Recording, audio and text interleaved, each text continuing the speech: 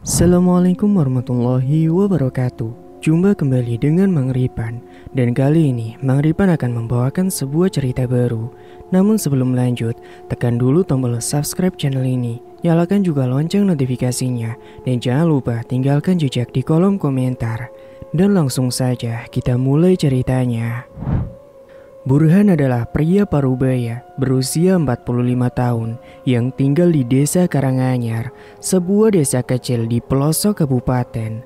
Tubuhnya yang sedikit bungkuk dan kulitnya yang terbakar matahari menjadi saksi bisu atas perjuangan panjangnya sebagai penjual kelapa parut. Sejak muda, Burhan telah memilih pekerjaan ini karena dia merasa tidak punya bakat atau pendidikan untuk menjalani profesi lain. Namun meskipun pekerjaannya sederhana, Burhan selalu bangga dengan hasil jerih payahnya sendiri. Dia memiliki warung kecil di depan rumahnya, tempat orang-orang datang untuk membeli kelapa parut yang segar atau menggunakan jasa parutan kelapanya. Di sekitar warung itu, biasanya terdengar bunyi kretek-kretek dari alat parut manual yang dia gunakan. Suara itu menjadi musik bagi telinga Burhan, tanda bahwa hari itu dia berhasil menghasilkan sesuatu. Di dalam rumah sederhana mereka, ada Surti, yakni istrinya, seorang wanita setia yang telah mendampingi Burhan sejak masa-masa sulit. Wajah Surti yang lembut namun begitu tegas selalu memberi semangat kepada suaminya. Bersama-sama, mereka membesarkan 3 anaknya. Zidan si bungsu yang berusia 9 tahun, duduk di kelas 3 SD. Anak ini cerdas dan selalu membantu ayahnya membersihkan alat-alat parut selepas berjualan. Fikri, putra tengah mereka yang berusia 13 tahun, sudah duduk di kelas 2 SMP. Dia lebih pendiam dibanding adiknya, tetapi sangat bertanggung jawab. Sering membantu ibunya menyiapkan makanan untuk keluarga. Sedangkan Raisa, putri sulung mereka yang berusia 17 tahun, adalah harapan keluarga. Gadis itu rajin belajar dan bercita-cita menjadi guru bahasa Inggris setelah lulus SMK. Namun kehidupan keluarga Burhan yang tadinya tenang mulai goyah beberapa tahun belakangan. Persaingan dalam usaha kelapa parut semakin ketat. Banyak pemain baru bermunculan, termasuk para pedagang yang menggunakan mesin modern untuk mempercepat proses parutnya. Dibandingkan dengan metode tradisional milik Burhan, tentu saja pelanggan lebih memilih kecepatan dan efisiensi. Akibatnya omset Burhan pun menurun drastis. Warungnya yang dulu ramai dikunjungi pembeli kini menjadi sepi. Bahkan kadang hanya ada 1 atau 2 orang yang singgah dalam sehari. Hutang-hutang pun mulai menumpuk, terutama kepada Pak Slamet, seorang rentenir lokal yang terkenal garang. Setiap kali Burhan mencoba melunasi cicilan, jumlah hutangnya malah bertambah karena bunganya yang tinggi. Tekanan ekonomi semakin besar, anak-anak membutuhkan biaya pendidikan yang tidak sedikit. Zidan harus membayar uang sekolah tambahan untuk kegiatan ekstrakurikuler. Fikri memerlukan buku-buku pelajaran baru dan seragam yang lebih rapi. Sementara Raisa yang akan segera lulus SMK butuh biaya untuk mendaftar kuliah. Burhan merasa beban hidupnya terasa semakin berat. Malam-malam sering dihabiskan dengan gelisah, memikirkan bagaimana caranya agar keluarganya bisa bertahan. Surti mencoba menenangkan suaminya, tetapi dia juga merasa khawatir. "Jangan terlalu dipikirin, Mas, pasti ada jalan," kata Surti suatu malam, meski nada suaranya sendiri terdengar begitu ragu. Suatu sore ketika Burhan sedang duduk di depan warungnya sambil memandangi jalan desa yang lengang, sebuah mobil tua berhenti tepat di depannya. Dari dalam mobil itu turun seorang pria berbadan tegap dengan senyum yang ramah. "Burhan, kau masih ingat aku enggak?" tanya pria itu. Burhan mengerutkan dahi lalu menyadari bahwa pria itu adalah Darsono, teman lamanya yang dulu tinggal di desa yang sama tetapi kemudian pindah ke kota. "Darsono? Astaga, lama sekali kita gak bertemu," seru Burhan sambil berdiri dan menjabat tangan temannya. Mereka berbincang sejenak tentang kenangan masa kecil, hingga percakapan mereka pun mulai berubah arah. Darsono yang sekarang bekerja sebagai makelar tanah di kota tampak prihatin melihat kondisi si Burhan. "Bur, sepertinya usaha kelapa parut pun tidak seperti dulu ya. Apa yang terjadi?" Burhan pun menghela napas panjang. Dia pun mulai menceritakan semua masalah yang dialaminya, soal persaingan yang ketat, omset yang menurun, hutang yang menumpuk, hingga tekanan dari keluarga. Darsono mendengarkan dengan serius, lalu tersenyum tipis. Gini Bur, aku tahu cara untuk mengatasi semua ini. Kenapa kau tidak coba pesugihan aja? Katanya pelan. Burhan terkejut mendengar saran itu. Pesugihan? Apa maksudmu? Darsono menjelaskan bahwa dia pernah melihat teman-teman yang melakukan pesugihan menjadi sukses secara instan. Ada seorang dukun hebat di hutan sana, Bur. Namanya Kironggo. Dia bisa membantumu mendapatkan kekayaan dengan cepat. Hanya perlu mengorbankan sedikit hal. Tapi aku yakin hasilnya pasti sepadan. Lanjut Darsono. Awalnya Burhan ragu.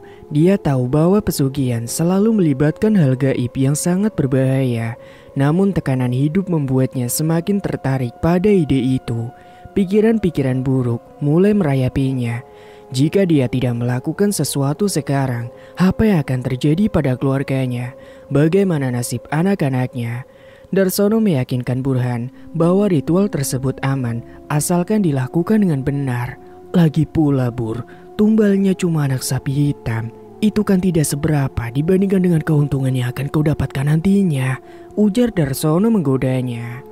Akhirnya Burhan pun luluh. Dia memutuskan untuk mengikuti saran dari Darsono dan bertemu dengan Kironggo. Beberapa hari kemudian, mereka berdua pun pergi menuju hutan terpencil tempat Kironggo tinggal. Perjalanan itu memakan waktu hampir 2 jam, melewati jalan setapak yang sulit dilalui. Udara dingin dan lembab menyelimuti hutan itu, sementara suara burung-burung liar terdengar samar-samar di kejauhan. Ketika mereka sampai di sebuah pondok tua yang terbuat dari kayu dan bambu, Burhan merasakan atmosfer yang aneh. Ada aura mistis yang kuat di tempat itu, membuat bulu kuduknya berdiri. Kironggo, sang dukun tua itu, muncul dari balik pintu pondok. Penampilannya sangat kontras dengan lingkungan sekitarnya. Tubuhnya kurus, wajahnya keriput, dan matanya yang tajam seperti elang. Dia menyambut Burhan dan Darsono dengan senyum dingin. Jadi, kau ingin melakukan pesugihan? Tanyanya langsung kepada Burhan. Burhan pun mengangguk. Kironggo kemudian menjelaskan prosedur ritual secara detail. Di mana yang pertama, Burhan diminta harus menemukan seekor anak sapi hitam tanpa cacat fisik sebagai tumbal. Lalu dia harus membaca mantra-mantra tertentu yang akan diberikan oleh Kironggo. Terakhir, dia harus menyerahkan tumbal tersebut kepada sosok gaib bernama Mbah Nyi Ageng yang konon adalah penguasa kekayaan di dunia gaib. Burhan pun mengikuti semua instruksi Kironggo dengan hati-hati. Dia membeli seekor anak sapi hitam dari pasar hewan di desa tetangga, lalu membawanya ke pondok Kironggo. Ritual dilangsungkan pada malam hari di bawah cahaya bulan purnama. Kironggo memimpin ritual itu dengan suara rendah dan gerakan yang lambat. Sementara Burhan mengikuti setiap langkahnya dengan gemetar. Mantra-mantra yang diucapkan terdengar seperti gumaman tanpa arti, tetapi entah mengapa Burhan merasakan getaran-getaran aneh di tubuhnya. Dan singkatnya setelah ritual selesai, Kironggo meminta Burhan untuk pulang dan menunggu hasilnya.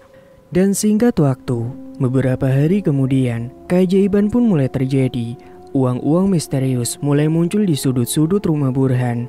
Kadang-kadang, dia menemukan lembaran 50 ribuan di bawah kasur, di dalam laci meja, atau bahkan di antara tumpukan pakaian kotor. Awalnya Burhan merasa takut dan curiga.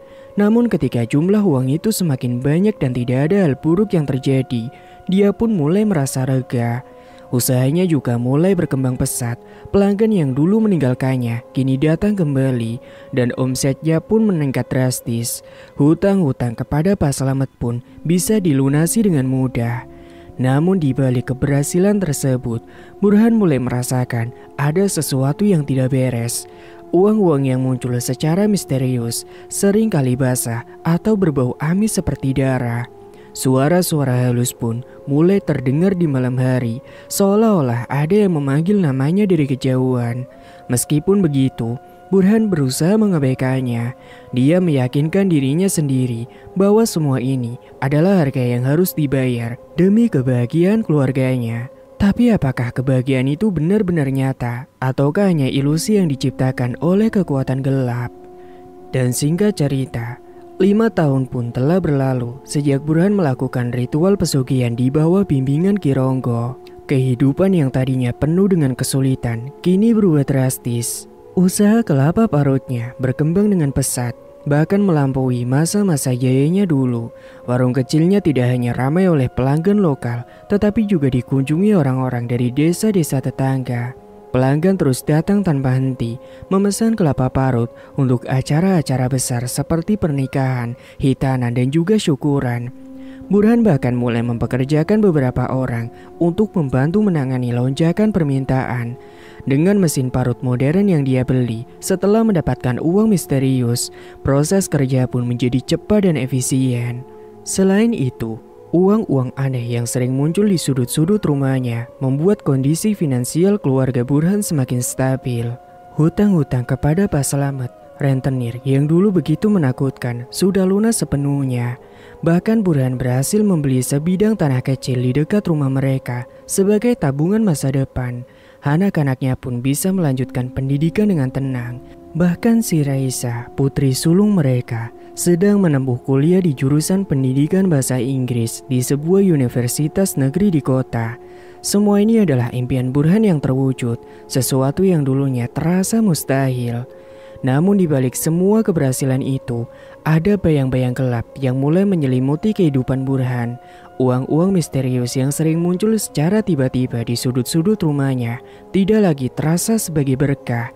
Sebaliknya, dia mulai merasakan ada sesuatu yang salah. Beberapa lembar uang yang dia temukan kadang-kadang basah, seolah-olah baru saja dicelupkan ke dalam air.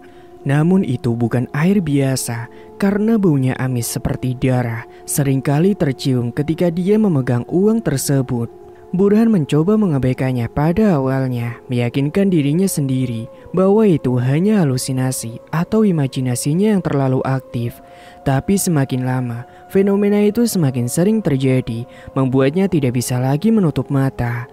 Suara-suara harus mulai terdengar di malam hari. Suara itu seperti bisikan, sangat pelan namun cukup jelas untuk didengar. Panggilan suara itu seolah-olah seseorang sedang memanggilnya dari kejauhan. Awalnya, Burhan mengira itu hanya angin atau suara binatang liar di sekitar rumah. Namun suara itu selalu muncul pada waktu yang sama, tepat tengah malam ketika semua orang sudah tertidur. Dia sering terbangun dengan tubuh gemetar dan keringat dingin membasahi tubuhnya. Selain suara itu, mimpi buruk juga mulai menghantui dirinya. Dalam mimpi-mimpinya, Burhan selalu melihat sosok gaib bernama Banyi Ageng, entitas yang disebut-sebut oleh Ki Ronggo sebagai penguasa kekayaan di dunia gaib. Sosok itu tampak seperti wanita tua dengan wajah keriput, rambut panjang kusut, dan mata yang berkilauan seperti bara api. Dalam mimpi-mimpi itu, Banyi Ageng selalu tersenyum sinis sambil berkata, "Tumbalmu belum cukup, aku butuh penggantinya." Awalnya Burhan berusaha keras untuk tidak memperdulikan semua ini. Dia meyakinkan dirinya bahwa apa yang terjadi hanyalah efek samping dari ritual pesugihan yang normal. Namun ketika fenomena-fenomena itu mulai mempengaruhi keluarganya, Burhan tidak bisa lagi mengabaikannya. Zidan dan Fikri, dua anaknya yang masih kecil, mulai menunjukkan perilaku yang aneh. Zidan sering berbicara sendiri di kamarnya, seolah-olah sedang berbicara dengan seseorang. Ketika ditanya oleh Surti, dia hanya menjawab, "Ada kakak-kakak yang main sama aku." Fikri, di sisi lain, sering melihat bayangan hitam bergerak cepat di sudut matanya. Kadang-kadang, dia mengeluh bahwa ada sesuatu yang dingin merayap di kakinya saat dia sedang tidur. Bahkan Raisa yang tinggal di kos-kosan di kota melaporkan bahwa dia sering merasa diikuti oleh sesosok bayangan ketika pulang larut malam. Surti sebagai istri Burhan mulai curiga dengan perubahan-perubahan ini. Awalnya dia hanya menganggap bahwa anak-anaknya mungkin hanya kelelahan atau sedang stres karena sekolah. Namun ketika dia melihat tanda-tanda mistis di tubuh Zidan dan Fikri, dia tidak bisa lagi menahan kecurigaannya. Suatu malam ketika sedang membersihkan tubuh Zidan setelah mandi, Surti menemukan bekas luka merah seperti goresan di punggung anaknya. Luka itu tidak terasa sakit bagi Zidan, tetapi bentuknya aneh, seperti jejak cakaran binatang.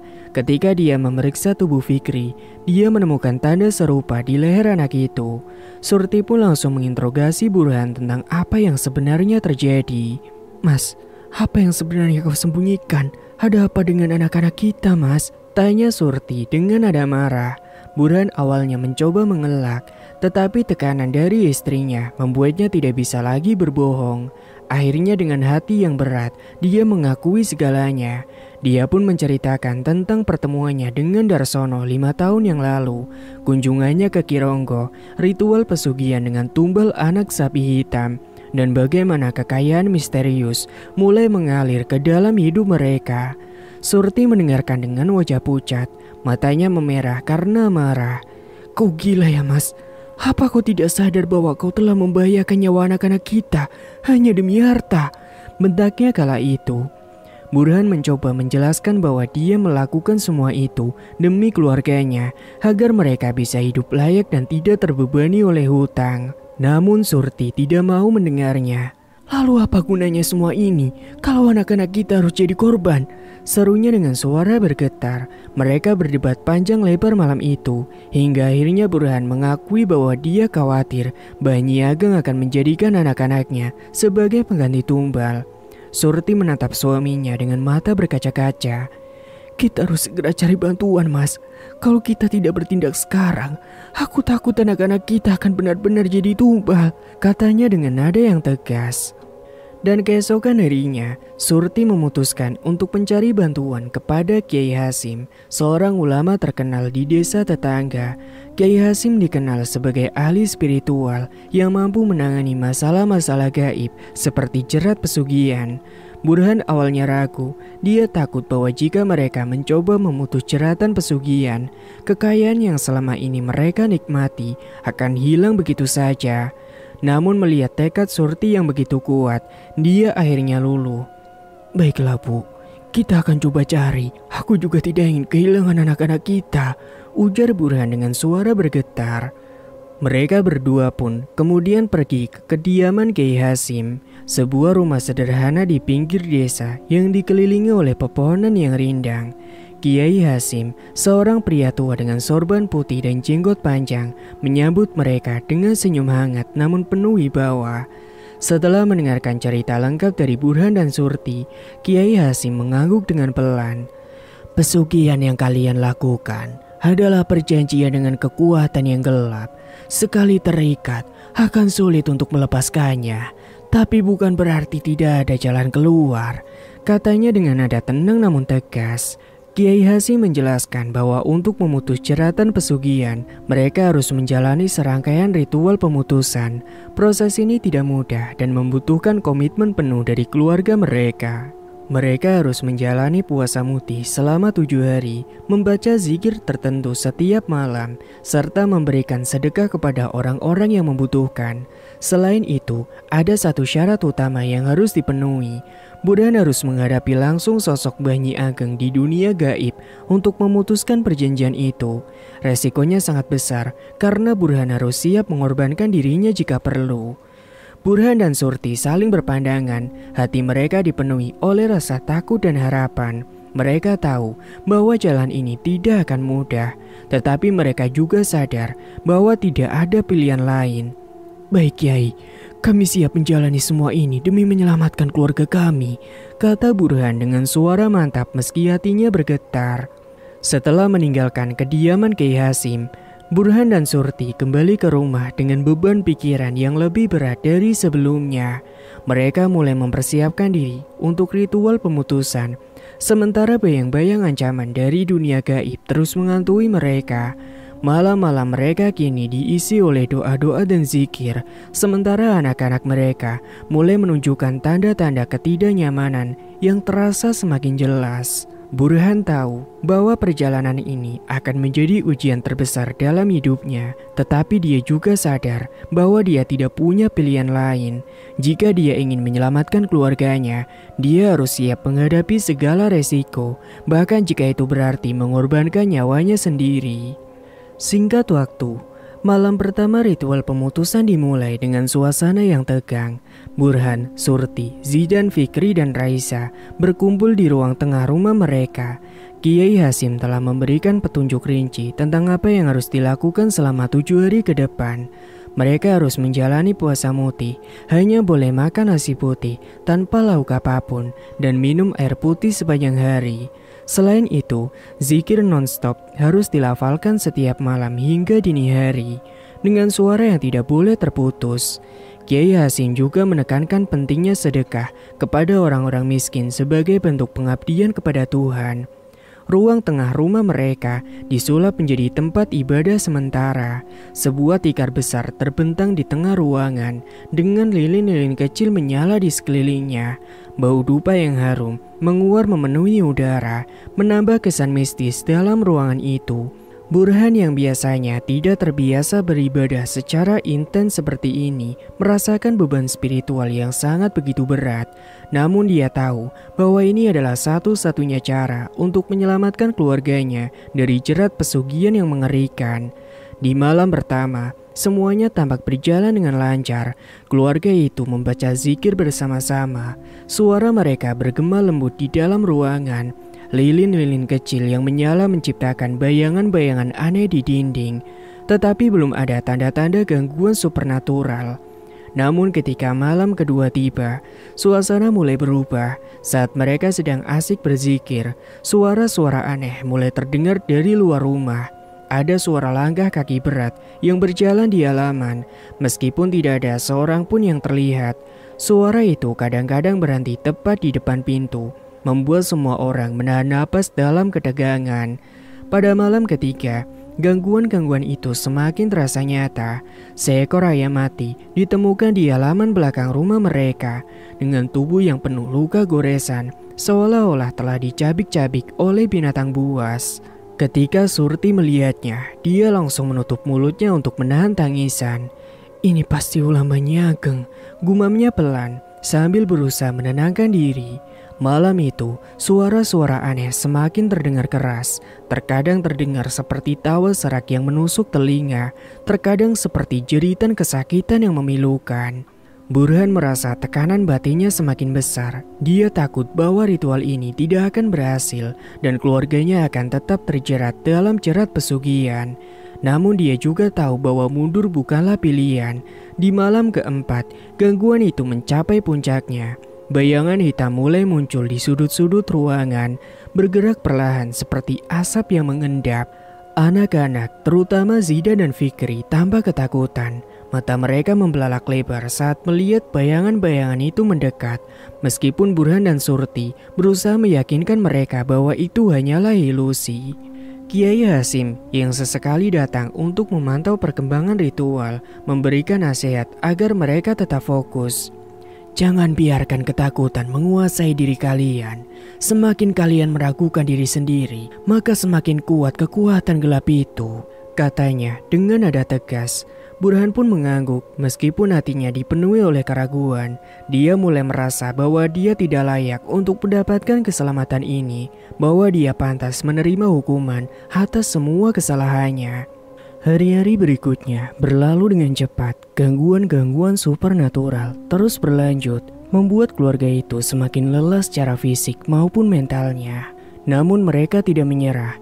Zikir terus dilafalkan, meskipun suara mereka serak dan tubuh mereka lemah akibat puasa. Pada malam ke-6, Burhan merasakan sesuatu yang aneh dalam dirinya. Ada dorongan kuat untuk menyerah, untuk berhenti menjalani ritual ini.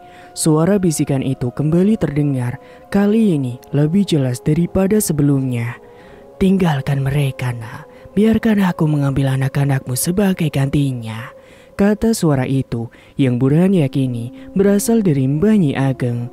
Namun Burhan tidak menyerah. Dia menguatkan hatinya sambil terus membaca zikir bersama keluarganya. Akhirnya malam ke-7 tiba. Ini adalah malam penentuan, malam di mana Burhan harus menghadapi langsung sosok Banyi Ageng di dunia gaib. Kiai Hasyim datang pada sore hari untuk memberikan instruksi terakhir. Kau harus masuk ke dalam dunia gaib dengan menggunakan media yang telah kusiapkan.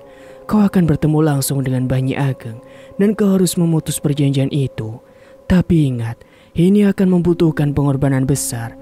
Jika kau ingin menyelamatkan keluargamu, kau harus siap mengorbankan nyawamu sendiri, ujar Kiai Hasyim dengan nada serius. Burhan mengangguk tanpa ragu. Dia tahu bahwa ini adalah satu-satunya cara. Setelah matahari terbenam, ritual pun akhirnya dimulai. Kiai Hasyim membakar ramuan khusus yang mengeluarkan asap tebal berwarna hijau. Burhan duduk di tengah ruangan dengan mata tertutup rapat dan zikir terus mengalun dari bibirnya. Asap itu perlahan-lahan menyelimuti tubuhnya, membuatnya merasa seperti melayang ke dunia lain. Suara-suara di sekitarnya mulai memudar, digantikan oleh keheningan yang menyesakan.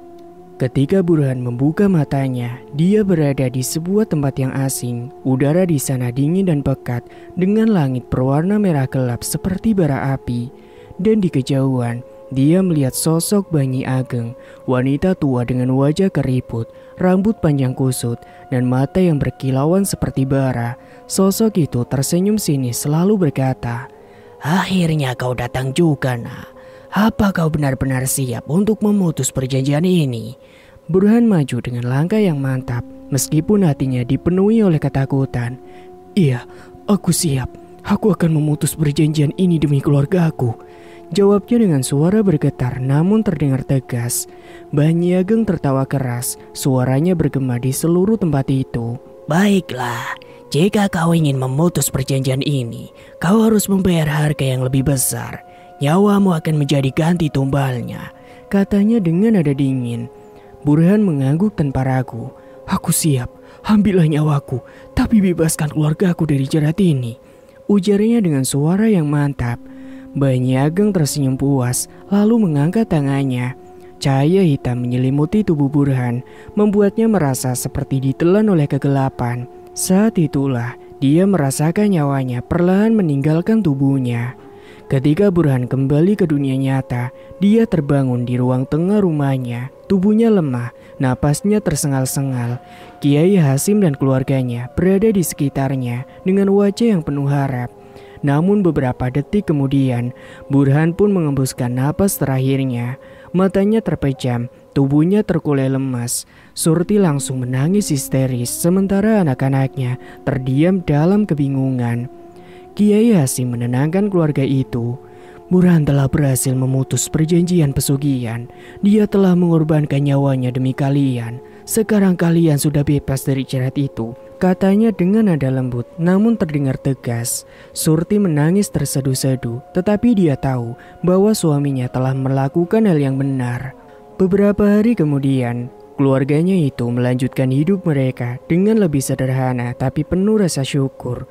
Usaha kelapa parut mereka tidak lagi berkembang pesat seperti dulu, tetapi cukup untuk memenuhi kebutuhan sehari-hari. Kiai Hasyim mengingatkan mereka untuk selalu menjaga iman dan tidak tergoda lagi oleh kekayaan yang instan. Segala sesuatu yang didapat dengan cara curang atau melibatkan hal-hal mistis akan berujung pada petaka. Penting untuk bersabar dan berserah diri kepada Tuhan dalam menghadapi cobaan hidup. Karena rezeki adalah urusannya. Kejujuran, kerja keras, dan doa adalah kunci untuk mendapatkan kebahagiaan sejati. Pesannya kala itu. Surti dan anak-anaknya pun mengangguk sambil memandangi foto Burhan yang tersenyum hangat di atas meja. Mereka tahu bahwa pengorbanan Burhan tidaklah sia-sia. Meskipun dia tidak lagi bersama mereka secara fisik, ajaran dan nilai-nilai yang dia tinggalkan akan selalu menjadi bagian dari kehidupan mereka. Dan dengan keyakinan yang kuat, mereka melanjutkan hidup mereka dengan harapan bahwa masa depan yang lebih baik menanti di depan. Tamat, cerita pun selesai. Dan begitulah ending cerita kali ini. Terima kasih bagi kalian yang sudah mendengarkan cerita ini dari awal sampai selesai. Dan Mang Ripan harap kalian mau meninggalkan jejak di kolom komentar. Dan sampai ketemu lagi di cerita lainnya yang pastinya tidak akan kalah menarik. Sekian dulu dari Mang Ripan. Wassalamualaikum warahmatullahi wabarakatuh.